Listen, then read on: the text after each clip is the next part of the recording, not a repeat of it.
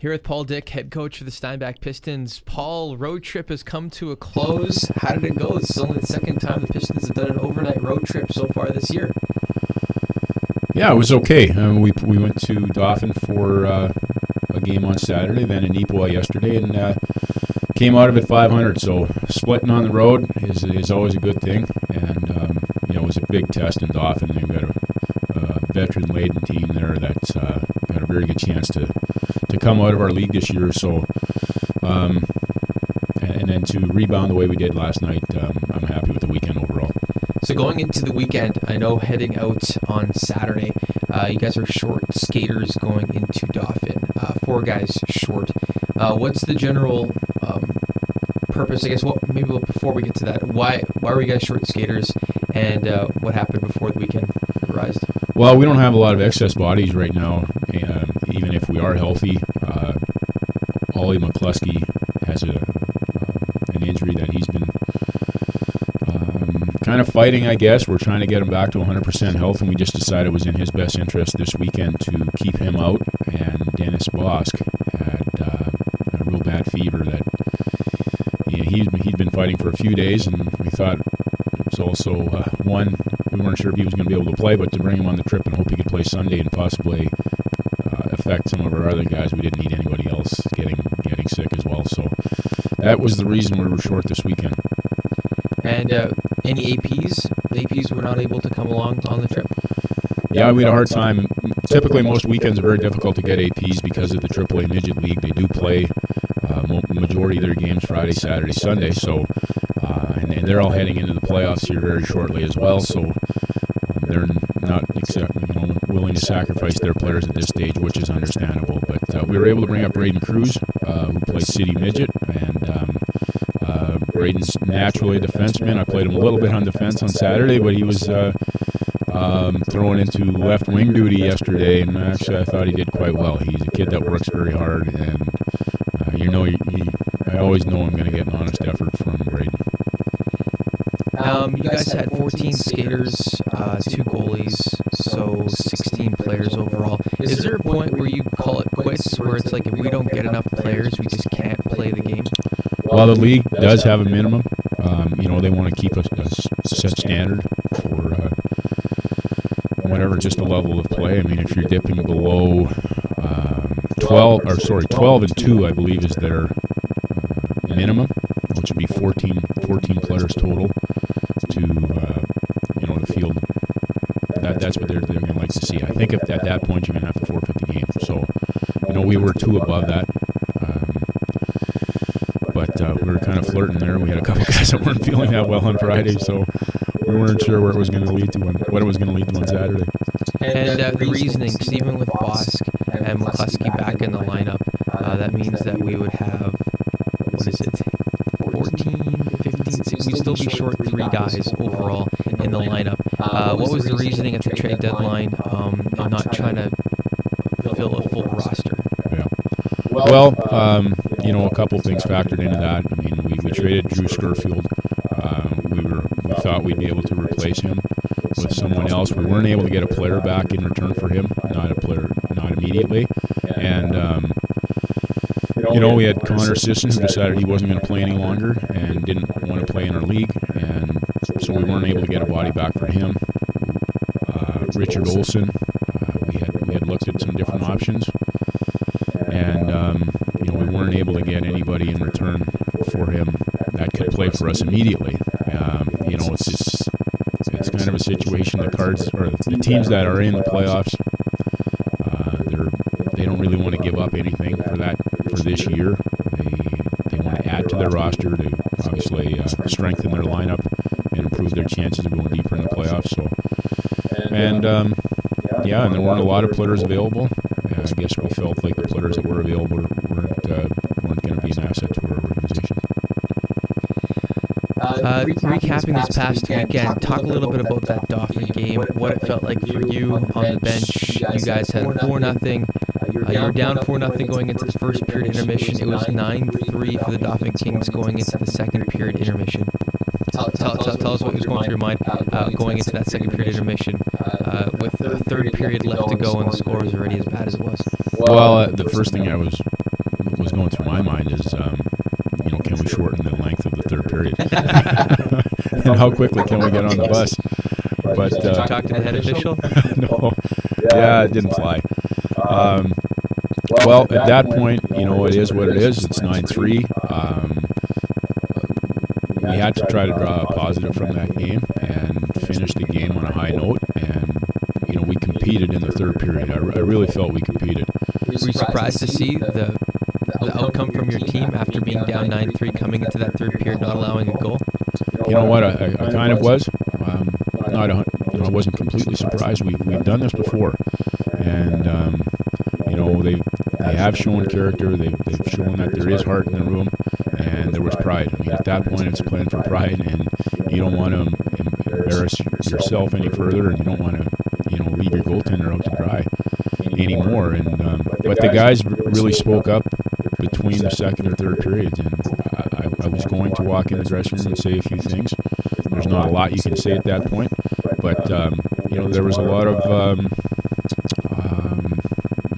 I'm not sure how to put it. There were a few guys that were really stepping up, though, and saying a lot of the things that were crossing my mind and entering my mind, and I felt like they were taking care of business on their own. They were addressing the approach that we should take going into the third period. Have you ever seen that before in the dressing room here in Steinbach? Players taking a leadership role since your tenure here with the Pistons last year and this year? Well, not to the degree that I'm seeing it now. We've had a lot of guys that have been doing this on a regular basis, and that's what needs to take place for a team really to come together. It can't always come from the coach, in my opinion. I mean, they're starting to say a lot of the things that I have brought into the room as well, and it's not just. I don't always want it to be me coming in and, the coach wants me to do this and wants me to do that. They've got to believe that what we're doing here as a team is going to lead us in the right direction, and they're starting to spread the word amongst themselves. I love it. I love coming into the room and listening to them speak for 3 or 4 minutes. And I don't have to say as much. It makes my meeting a lot shorter when half the things have already been said. But you know what? It means they're buying in and they're committed. And then going into Nipawin, they got the first goal, but then the Pistons got 3 unanswered, and they ultimately ended up winning that hockey game 7-3 last night. What was that like, bouncing back from losing 9-3, but also going into a building where you guys lost 7-1 November 30th? Yeah, well, there were 2 things. I think it started a little bit like we just mentioned here, the third period in Dauphin. We needed to draw some confidence from that game. Thought we competed with one of the top teams in the league for 20 minutes, and so I think that period was pivotal going into Sunday. And then yes, we got it really handed it to us the day we were there and lost 7-1. It was probably the low point of the season for most of us. I know the guys did not like that feeling, but we played them here at home I guess it was a couple of weeks ago. We played very, very well against them, and I thought we dominated most of that game. So we had some confidence, restored some of the confidence against them, but we knew yesterday that it wasn't going to be an easy game. Nipawin does play very well at home. They're a hard-working team, and we needed a big start. They did score the first goal against us, but I thought we stayed with it. We were pretty focused, and I think you and I spoke about this yesterday. I mean, Zach played really well again, and I thought our forwards as a collective group were outstanding. They were. It seemed like whoever you sent out there yesterday, they were flying, and we've seen players play like we've never seen them play before in some ways.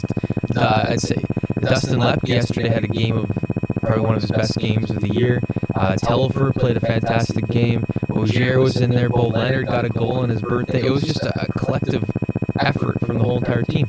It really was. I mean, we had 3 lines, so everyone's getting ice time, but I looked at the score sheet at the end of the night, and it was very balanced. I think we had 2 players that had 3 points, and I tried to go through the list of forwards, and you were bang on, Kevin. I thought that all of them played very well, and for a guy like Dustin Lepke, who is getting a little more of an opportunity, he's playing up with the Janics for the most part, and both of the Janics have been playing really well, I think. So he sees that opportunity. He's a guy that works hard, and I know I'm always going to get that out of him. But it's good to see him pot a goal too. And then, what was your opinion, or what was your view? How would you recap the play where Rakachi sent the puck up off the glass, right onto Telfer's stick? He went on a breakaway and put one over the glove hand of Jared Knott, the goaltender for the Nippon Natives. What was the atmosphere like on the bench after Rakachi picking up an assist on that play? The guys were pretty excited. I mean, it was great to see that. I mean, I think after Dan scored, I mean, Dan's a guy that's kind of become a favorite in our dressing room as well, and Zach certainly is as well. So both of them connecting. There are two guys that kind of joke around with each other, or Zach maybe a little more so with Dan, but it was just a great heads-up play from both of them. I thought, first of all, for your goaltender to recognize the situation that the other team's on a line change, and to see 3 lines down the ice, who's available, and to make a pass that's 150 feet away on the tape. And Dan, he realized that they had gone for a change and stretched out, and came in and short side, over his shoulder. I thought he couldn't have made a better shot. And so overall, yeah, the guys were very excited about it. Plus, it was a key goal for us. It was, I thought Nipwa had been pressing, and we had a bit of a shift in momentum there, and I thought that kind of took some of it away again. Yeah, they were lingering around for most of the game. Their power play is doing really well. I know our penalty kill was suffering again last night. Maybe we'll quickly comment on that before we move on. It just seemed yesterday, even though we did pull out that 7-3 win, there were things that the Pistons needed to improve on. They did end up getting close to 40 shots on Rakachi. Rakachi had to come up with many game-changing saves. Also, they hit the post 3 times as well. So it could have easily been a much closer game than it was. Yeah, you're right. And that's the way it goes sometimes when we felt like we've been in games where the score hasn't been indicative of the game itself. And typically most games in our league are fairly close that way. But our defensive zone coverage was not exceptional. I think we got in a little trouble at times not moving the puck when we were under pressure. And, we do discuss these things a lot. If you don't give a team a lot of opportunities, typically they're not going to get a lot of them. And yesterday we gave them a fair amount of opportunities. I mean, they did apply some pressure, and their forwards worked very hard, but I thought it wasn't our best effort in our zone. So, and we started watching the puck a little, and we're stick checking a little more than I'd like to see. But hey, overall, at the end of the day, it was still a 7-3 win, so we're pleased with that. This Thursday, Fire and Ice Banquet. It is the big annual fundraising banquet for the Steinbach Pistons, and you guys have got some tremendous prizes. People need to bring their money if they're coming out to the banquet. If you haven't got your ticket yet, you can still get yours. And maybe we'll talk a little bit about some of the prizes that are available. You guys have really gone all out this year. Yeah, we have some great prizes. I mean, there's a lot of household things from different businesses here in the community, and our live auction items. We have travel vouchers. We've got a couple of Ian White jerseys, one from San Jose, one from Detroit, and a Winnipeg Jets authentic jersey signed by the whole team. So that would be amazing to put in your basement on your wall or somewhere in your home. Kevin, you might have to talk to your wife my savings account.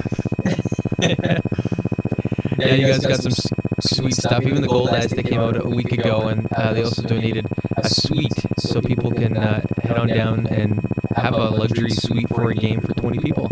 Yeah, it was pretty cool to see the Gold Lads even helping you guys out. Yeah, it's great. I mean, they do recognize the importance of getting involved in the community as well, and reaching out to extend, past the perimeter. And so I'm glad that they've partnered up with some of the MJHL teams, and the Pistons included in that. So yeah, we got a suite for 20 people at a game next summer, and I think it's pretty cool if you get a group of friends or family, or if it's something for your business.